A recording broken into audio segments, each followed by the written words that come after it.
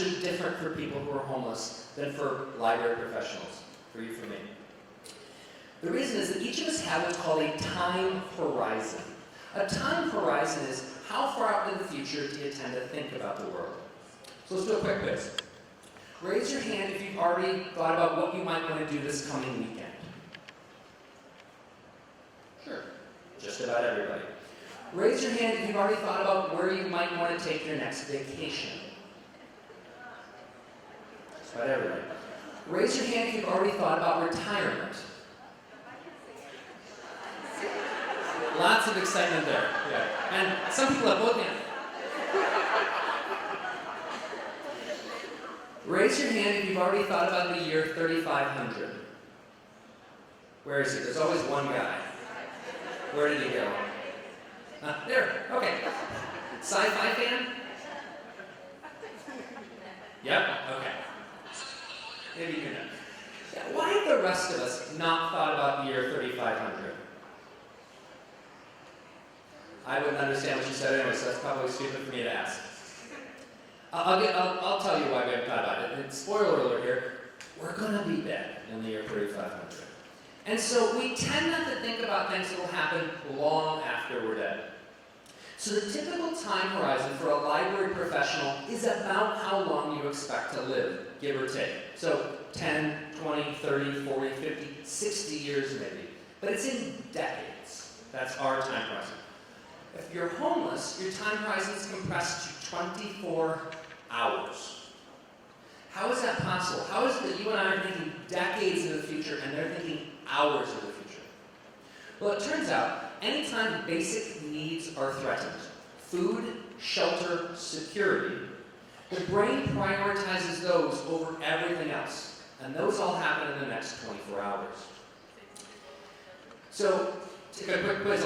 Because every single person in this room has experienced a shortened time horizon. Think about the last time you were really, really, really hungry. You'd skipped a couple meals, your blood sugar dropped really low, you were hangry. I don't know how you translate hangry. But you were really, really, really hungry. At that point, did you sit down and plan out your next vacation? No. You went looking for a Snickers bar. And then you get the Snickers bar, your blood sugar comes back up, and now you can think about your vacation. Or if you ever thought someone had broken into your home, the dog was barking, or the door was open when it shouldn't have been, and there was a bump in the night, and you thought a burglar was in your home. At that point, did you sit down and check the balance on your retirement account? No. You called the police, because at that point, your time horizon is about 30 seconds. Because your brain's saying, if we don't survive the next 30 seconds, the retirement account doesn't matter, vacation doesn't matter, next week doesn't matter, nothing matters other than surviving this. Well, if I'm homeless, and I haven't eaten in several days, and I don't know where my next meal's coming from, I don't care about how I'm going to get food next week.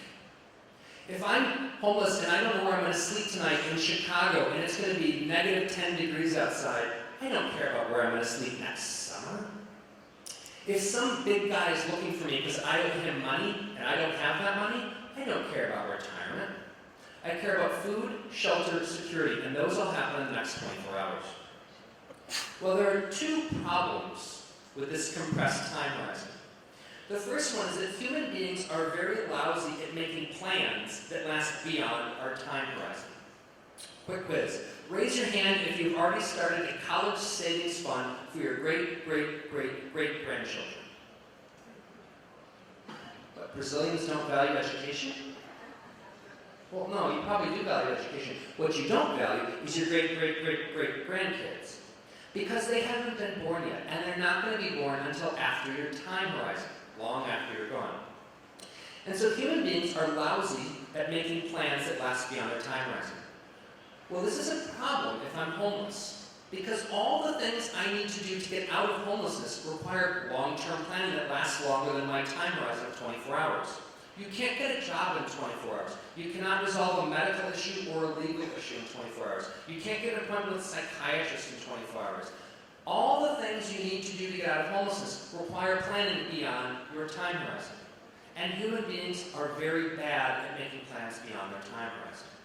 So many homeless individuals become trapped in homelessness because of multiple situations, but including that their time horizon has been compressed by crisis. The second problem with a shortened time horizon is that any punishment that lasts beyond the time horizon has no additional deterrence effect. Let's say Brazil had a law. Anyone who commits murder automatically gets a 3,000-year prison sentence. And then some politician comes along and says, no, we should be tough on crime. Let's make it 4,000 years. Will there be any fewer murders if you raise the punishment from 3,000 years in prison to 4,000 years in prison? No. There's nobody out there thinking, well, I would have killed my ex-wife for 3,000 years in prison, but 4,000? That's just a little too much time. It's all a life sentence. It's all past our time horizon. Well, this is how this plays out with homeless individuals. Man, we need to leave the library now. Well, fine, if you're not going to leave when I say so, now you're out for 3 days. 7 days. A month. A year. 3,000 years? 4,000 years? Once you get past that person's time horizon, there's no additional deterrence effect. She's not worried about where she's going to go a week from now or a month from now. She's worried about today and maybe tomorrow. And if we forget that there are some differences in the way people perceive the world, if I assume that she has a multi-decade time horizon the way I do, I'm not going to understand why she responds very, very differently to these escalated threats of punishment than I would respond to escalated threats of punishment.